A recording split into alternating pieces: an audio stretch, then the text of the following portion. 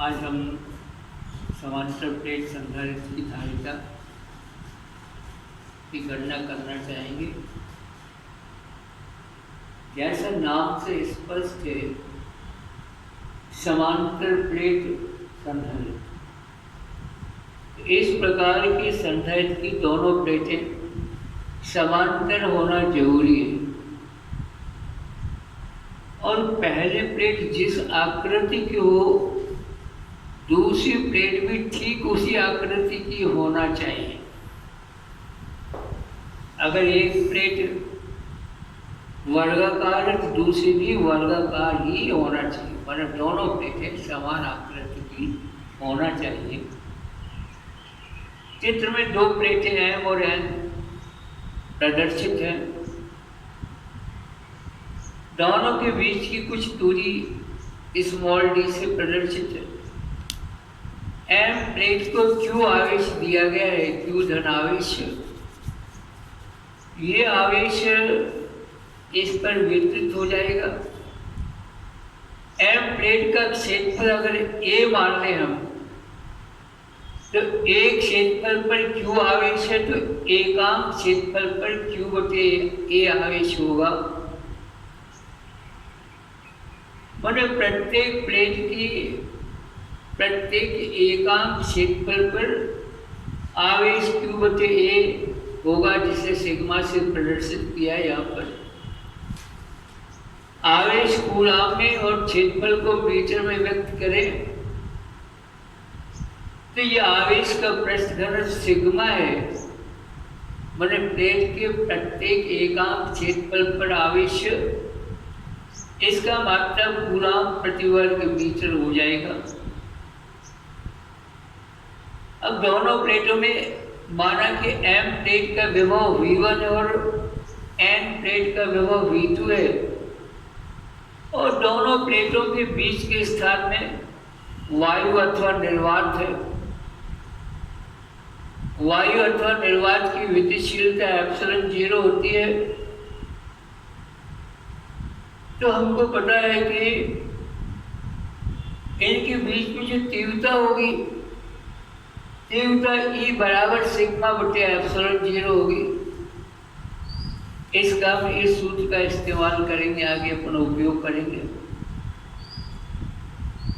अब यहाँ देख लें अपन कि M प्लेट का विभव V1 और N प्लेट का V2 है, तो दोनों प्लेटों के मध्य विभवांतर V1 माइनस V2 बराबर E इंटू D हो जाएगा। तो इसका सूत्र ये निकाला हुआ हमने, E बराबर V बटे D होता है। तीव्रता बराबर विभवांतर बटे दूरी, दूरी का तिरछा गुणा करेंगे तो विभवांतर बराबर तीव्रता गुणित दूरी आ जाएगा। वही यहाँ पर करा है हमने।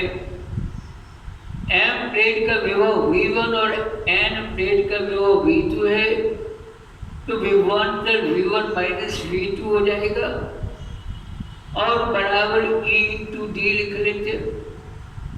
यहाँ पर दोनों प्लेटों के बीच में प्रत्येक बिंदु पर तीव्रता है, तो V1 माइनस V2 बराबर E इंटू D। इसमें E का मान लिखे देते अपन, E बराबर सिग्मा बटे एप्सिलॉन 0। तो E के स्थान पर सिग्मा बटे एप्सिलॉन 0 लिखेंगे। संबंध आएगा V1 माइनस V2 बराबर सिग्मा D बटे एप्सिलॉन 0। अब हमको तो संधारित्र की धारिता ज्ञात करनी है और धारिता C बराबर Q बटे V1 माइनस V2 होता है। आवेश बटे विभवांतर बराबर धारिता, ये समीकरण नंबर 3 है। इस समीकरण 3 में हम V1 माइनस V2 का मान समीकरण 2 से लिख देंगे और लिखेंगे तो संबंध आएगा C बराबर Q बटे सिग्मा बटे एप्सिलॉन 0 इंटू D। एप्सिलॉन 0 को ऊपर लिख देंगे हम और सिग्मा का मान लिख देंगे। सिग्मा बराबर Q बटे A, तो सिग्मा को हमने Q बटे A लिख दिया। थोड़ा सा हल कर लेंगे, Q से Q कट जाएगा, A ऊपर चला जाएगा तो समांतर प्लेट संधारित्र की धारिता C बराबर एप्सिलॉन 0 A/D आ जाएगी। ये तब है धारिता जब M और N दोनों प्लेटों के बीच में या तो वायु है अथवा निर्वात है, लेकिन इन दोनों प्लेटों के बीच के संपूर्ण स्थान में कह रहा हूं, दोनों प्लेटों M और N के बीच के संपूर्ण स्थान में अगर के परावैद्युतांक का माध्यम भरा हो, कुचालक माध्यम भरा हो, जिसका परावैद्युतांक के हो, तो संबंध हम लिख सकते हैं C बराबर के एप्सिलॉन 0 A/D फैरेड।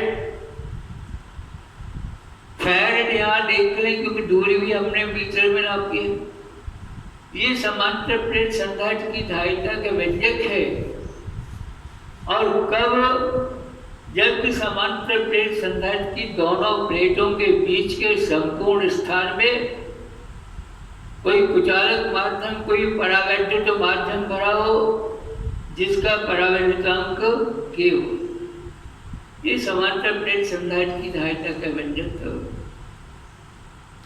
हम ऐसी स्थिति पढ़ना चाहेंगे कि समांतर प्लेट संधारित्र के बीच के संपूर्ण स्थान में माध्यम ना हो, बल्कि आंशिक रूप से कोई माध्यम भरा हो, तो इसकी धारिता कितनी हो जाएगी? इसके लिए अपन व्यंजक स्थापित करना चाहेंगे।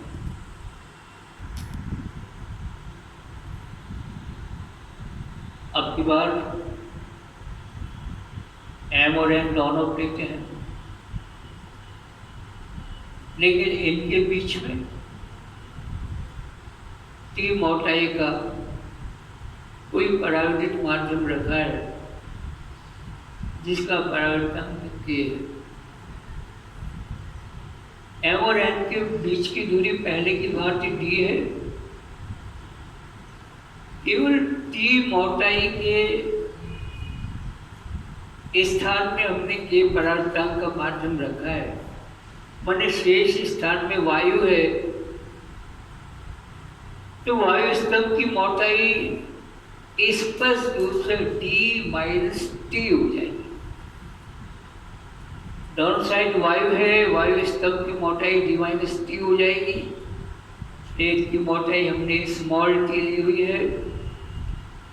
पहले की भांति Q आवेश दिया है अपन ने M प्लेट को, जिससे N की भीतरी सतह पर ऋण Q आवेश आएगा, और बाहरी सतह पृथ्वीकृत कर दी तो वहां पर कोई आवेश नहीं होगा।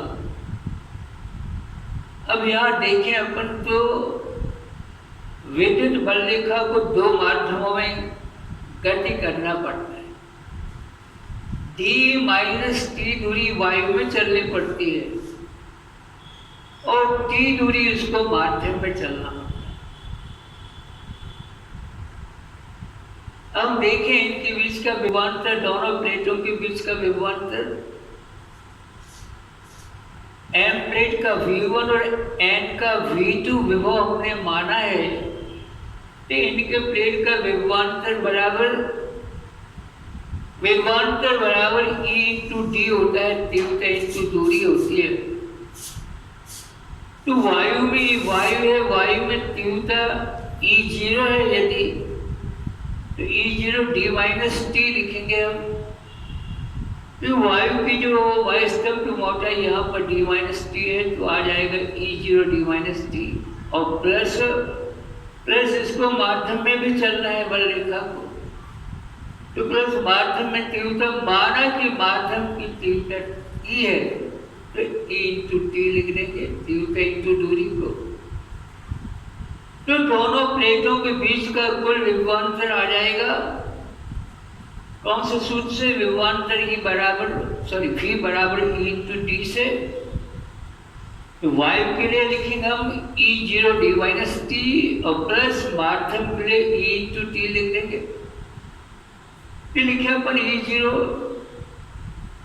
E0 बराबर सिग्मा अपॉन एप्सिलॉन 0, जैसा अपन ने पहले पढ़ा था, लिखा भी हुआ ये सूत्र लिखने सुविधा के लिए। E बराबर यहाँ पर वायु के लिए तो E0 कर देते हैं उसको, तो E0 के स्थान पर सिग्मा बटे एप्सिलॉन 0 और d माइनस टी लिख लिया। माध्यम के लिए तीव्रता, माध्यम का परावर्तनांक लिख देंगे आगे, तो माध्यम के लिए तीव्रता का एक व्यंजक और आ जाएगा, E बराबर सिग्मा बटे के एप्सिलॉन 0। ये E का मान लिख दिया सिग्मा बटे के एप्सिलॉन 0 और T को T लिख दिया। सिग्मा अपॉन एप्सिलॉन 0 कॉमन निकल आएगा, तो दोनों प्लेटों के बीच का विभवांतर V1 माइनस V2 बराबर सिग्मा अपॉन एप्सिलॉन 0 और ब्रैकेट में बचेगा d minus T plus T upon के। ये विभवांतर हुआ m और n प्लेटों का विभवांतर, मैंने V1 माइनस V2 के लिए समीकरण हमने निकाल लिया, यहाँ पर समीकरण लिखा हुआ है। हमको तो समांतर प्लेट संधारित्र की धारिता चाहिए जिसमें आंशिक रूप से कोई परावर्तित माध्यम भरा हुआ है, तो उसकी धारिता बराबर आवेश बटे विभवांतर होता है, C बराबर Q बटे V1 माइनस V2। ये मान लो समीकरण 2 है, तो समीकरण 1 से समीकरण 2 में V1 माइनस V2 का मान लिखेंगे हम, तो संबंध आएगा C बराबर Q बटे, और ये समीकरण लिख देंगे अपन सिग्मा अपॉन एप्सिलॉन 0 ब्रैकेट में d minus T plus T upon के। अब एप्सिलॉन 0 ऊपर चला जाएगा और सिग्मा बराबर Q बटे A होता है, तो यहाँ सिग्मा के स्थान पर मैंने Q बटे A लिख दिया है, तो संबंध C बराबर Q बटे और Q बटे A एप्सिलॉन 0 और बकाया ब्रैकेट में वैसे हमने लिख दिया पद d minus T plus T बटे के।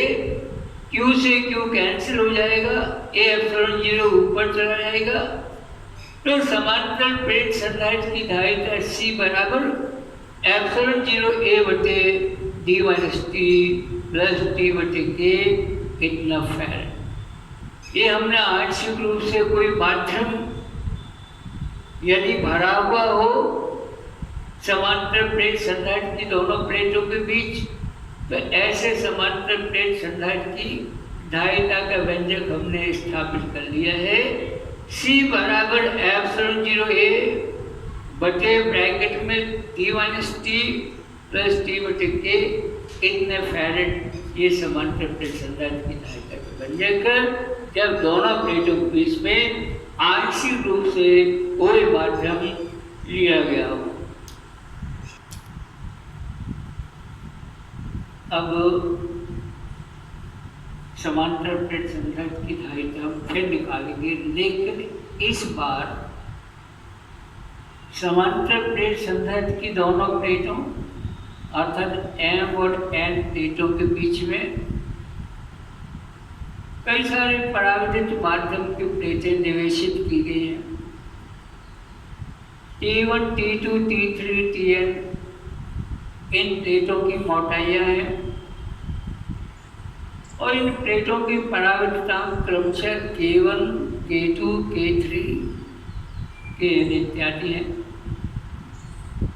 दूरी दोनों M और N दोनों प्लेटों के बीच की दूरी पहले की बात D लिखी हुई है और हमने समीकरण निकाला था यदि दोनों प्लेटों के बीच समांतर प्लेट संधारित्र की दोनों प्लेटों के बीच आंशिक रूप से कोई माध्यम भरा हो जिसका परावर्तनांक K हो और जिसकी मोटाई T हो, तो संबंध हमने निकाला था C बराबर एप्सिलॉन 0 A बटे d minus T plus T upon के। यहाँ एक M और N में से प्रत्येक प्लेट का क्षेत्रफल है। अब बीच में N प्लेटें निवेशित करती जिनकी मोटाइयाँ क्रमशः T1, T2, T3, Tn है। तो समीकरण 1 में जहाँ T लिखा है माध्यम की प्लेट की मोटाई T के स्थान पर T बराबर T1 plus T2 plus T3 plus dash dash dash plus Tn लिखना पड़ेगा। यह माध्यम की प्लेटों की कुल मोटाई T1 plus T2 plus T3 plus dash dash dash plus Tn हो चुकी है। और इसी प्रकार से जहाँ T/K पद लिखा हुआ है, इस पद के स्थान पर स्पष्ट T1/K1, क्योंकि T1 जो मोटाई की प्लेट है इसका परिवर्तनांक K1 है, तो T1/K1 plus T2/K2 plus dash dash dash plus Tn/Kn लिखना पड़ेगा। ये लिखेंगे तो समीकरण 1 से समांतर प्लेट संधारित्र की धारिता C बराबर ε0 A/d। डी दोनों प्लेटों के बीच दूरी पूर्व की भांति है, तो d माइनस और t के स्थान पर T1 plus T2 plus T3 plus dash dash dash plus Tn, और T/K के स्थान पर T1/K1 plus T2/K2 plus dash dash dash plus Tn/Kn लिखना पड़ेगा। इतना फैराडे संधारित्र की धारिता